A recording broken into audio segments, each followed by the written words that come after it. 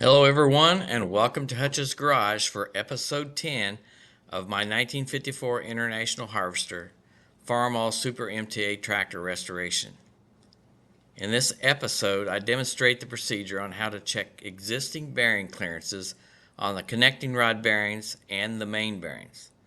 The pistons and connecting rods will then be removed, as well as the crankshaft.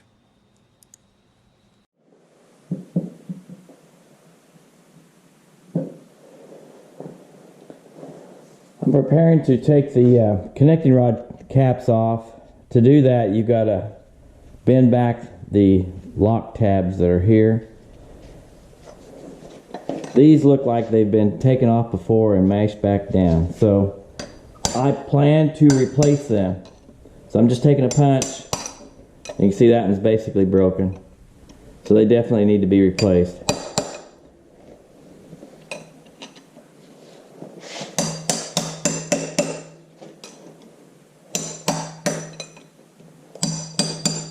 Yeah, they're at the end of the life. I'll take the rest of them off camera, or bend the rest of them back off camera. We're ready to take a bearing cap off and do some measuring. I want to show you what the book says about doing this and a trick that I'm going to try to do it.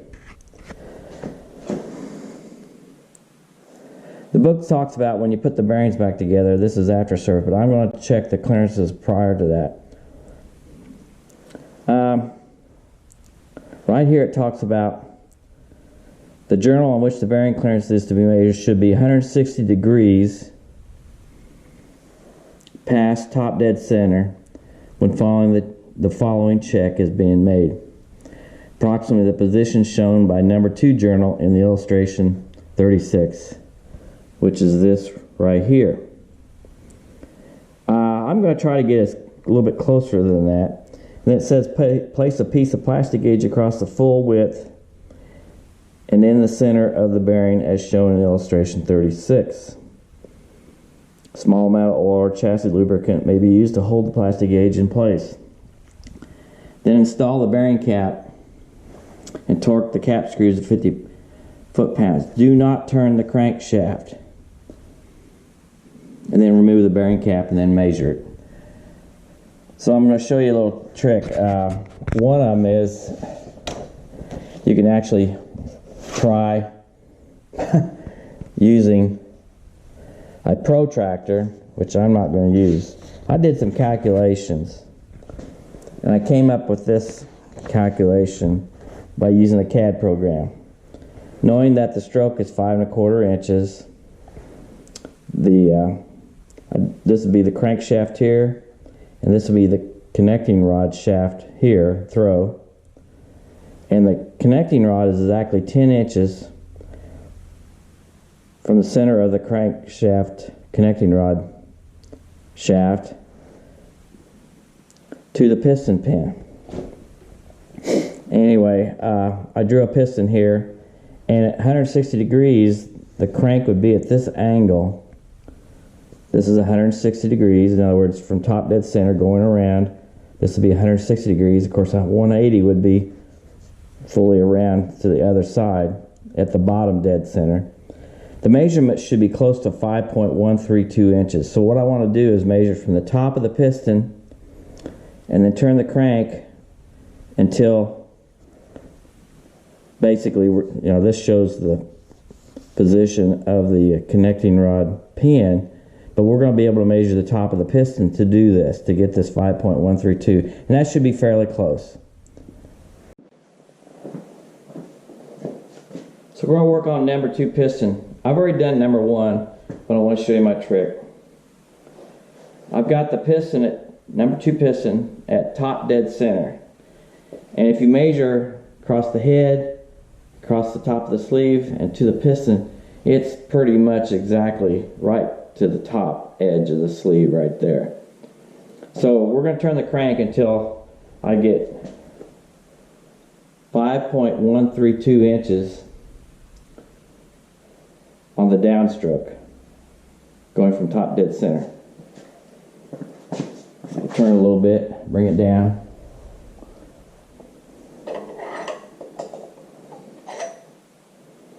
number one will be coming up. So what I'm going to do is go all the way pretty much to bottom.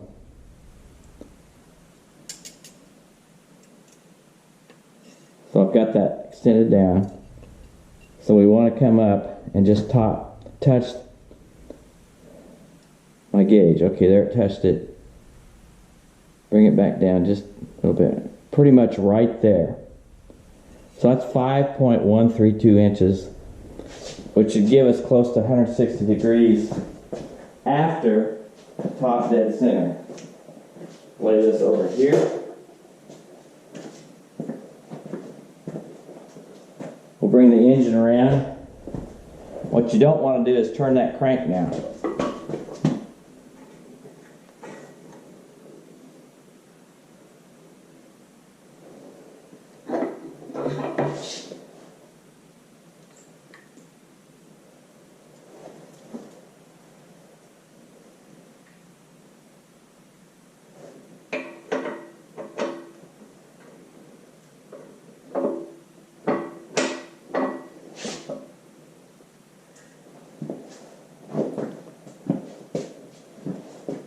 Now I'm going to take this cap off, and of course when I take it off and loosen it up, it'll probably move this crank. So what I'll do is I'll bring it back to that measurement I had, but I wanted to show you something that you need to be able to do. When you check with plastic gauge, you need to be able to keep the crank in one place and be able to torque the bolts down to 50 foot-pounds of torque. Well, here's the problem. You got to have a little bit of a clearance to get this in here to use your torque wrench. And right now I can't fully get on there. So I'm going to have to turn the crank just a little bit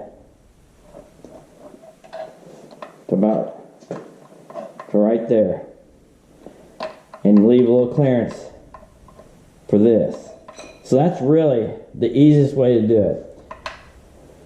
Have a short extension. I've got an impact socket on, which is 5/8 inch diameter socket. I've already mashed these tabs down, or the locking tabs.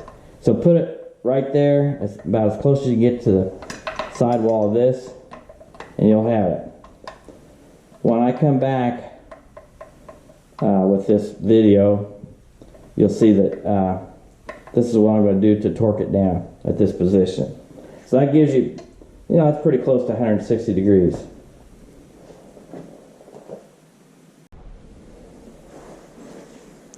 Now I'm going to put some plastic gauge on this number 2 bearing cap. You can see some wear and stuff like that. I checked, and these bearings are the original, well, I'm not sure if they're original, but they're standard size bearings that were put in this tractor. So what I'm going to do, you want it to go all the way across, so I'm going to cut it right about there.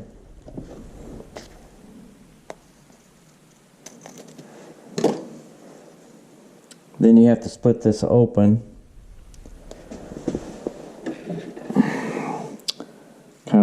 There it goes, it came out on its own. And then take a little bit of grease.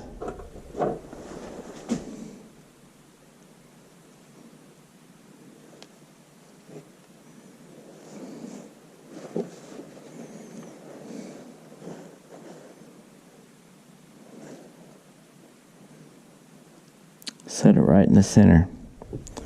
So it's ready to go on to the connecting rod.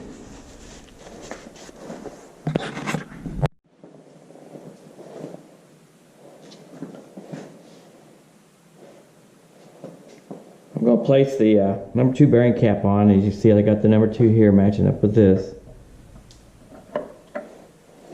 Slip that on there.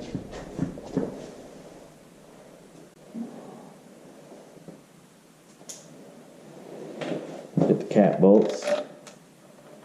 Place in there. Now you're not supposed to have any lubricant on there other than what I just used to hold the plastic gauge. And prior to putting the plastic gauge on, I cleaned the bearings as best I could. Wipe them down, both the journal and the bearing itself.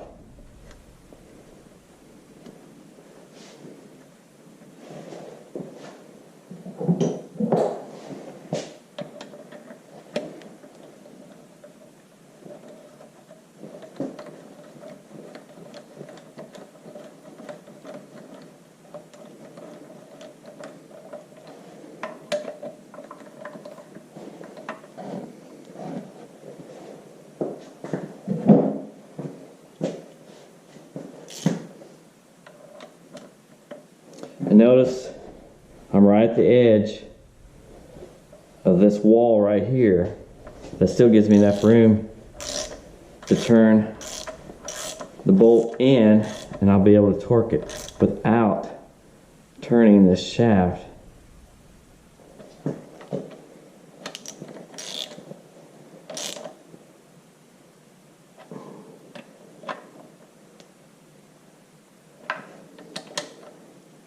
Now we're ready for the torque wrench.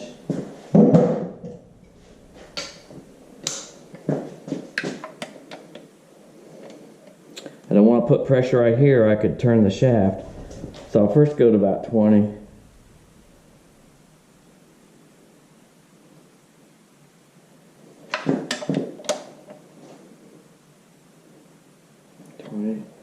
Now we'll go to about 40. Remember, I don't want to touch this wall here because I could turn the crank. Notice I'm using the antique style torque wrench.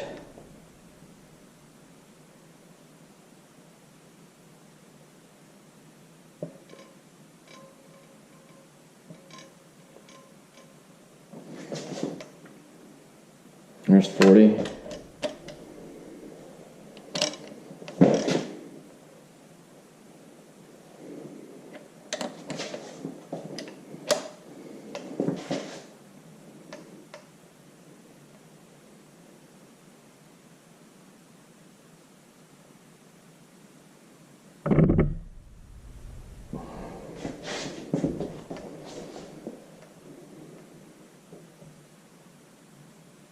It's 40. Let's go all the way up to 50 and then double check it.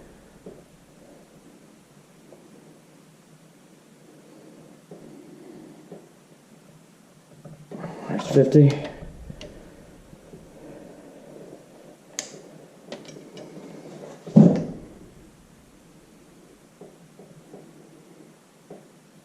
Everybody's got these new fancy toys, digital and click and all that sort of thing.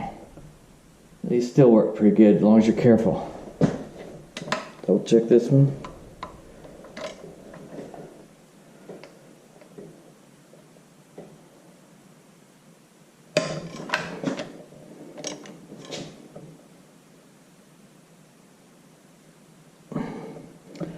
Now that we've done all that, it's now time to take them off. I don't think they'll break as hard.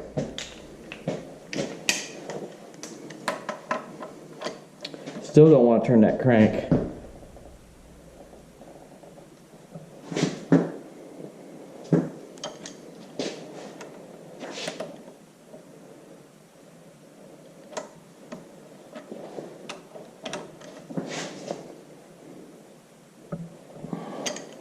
Okay, just careful not to do that. There's the wrench.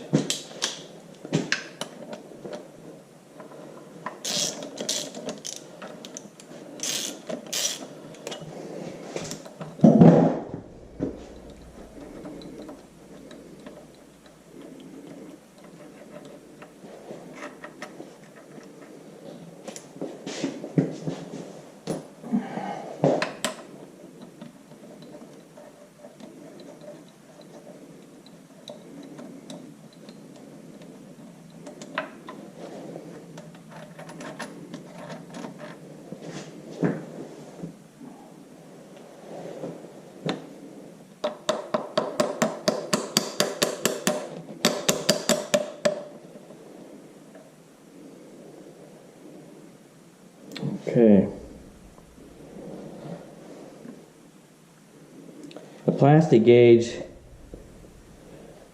is off this surface here, and it's on the bearing journal. So I get my measurement piece.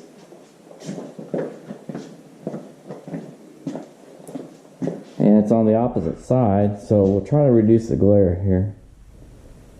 Let me bring the camera around.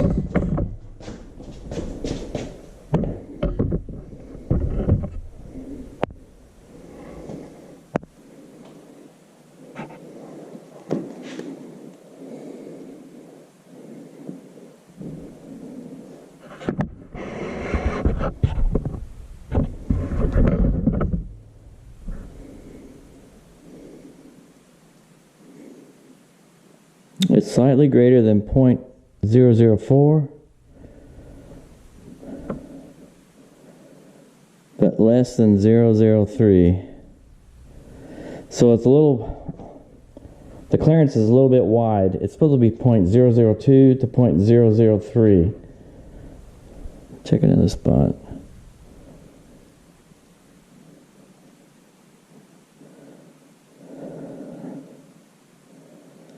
I'm going to call that about 0.0035 or 32, somewhere in that area, just slightly bigger. I see a slight amount of scoring here that could be polished up very easily. And like I said, these are standard bearings in this tractor.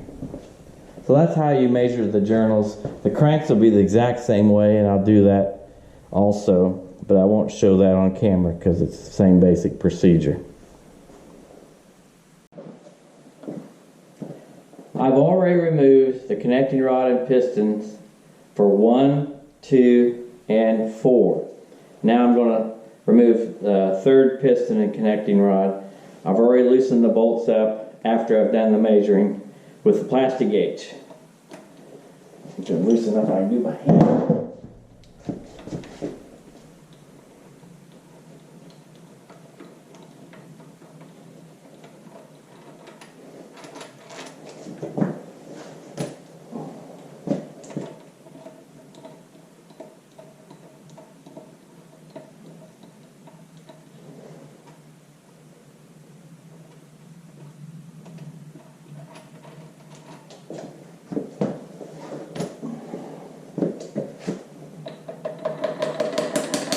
Pack this loose.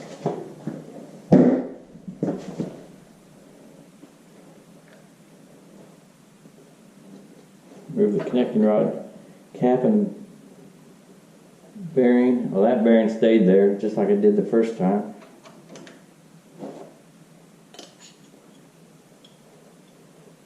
I'm going to keep everything together.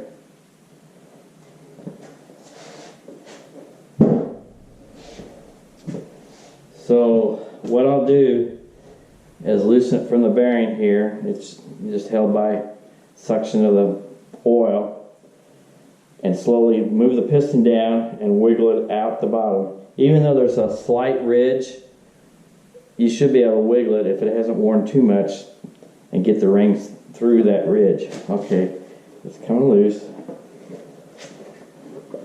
You got to be prepared to hold on to, so it doesn't just fly out of here. There it goes down.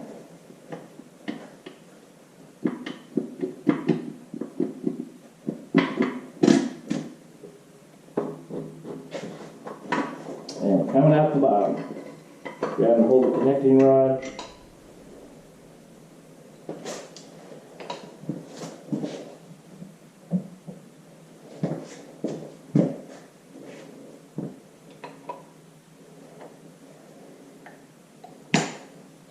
Put that back together.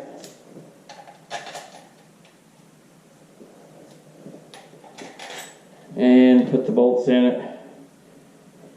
And put them somewhere, and then they'll be ready to be cleaned later. Next project is to remove the wires on the main bearings, cap bolts, then measure the clearances, the present clearances on the main bearings, and see how the bearings look, and go from there.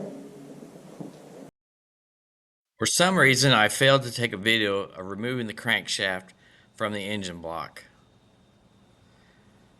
I used a chain fall and some softeners to lift it up out of the block, shown here. Another view of that showing the chain fall. Then I moved it to a place where I was going to set it on a wood block vertically for storage until I worked on the crankshaft. And this is a picture of the block without the crankshaft. That's all the time we have for in this episode. Thank you for watching this video. If you like this video, please hit the thumbs up and subscribe to my channel.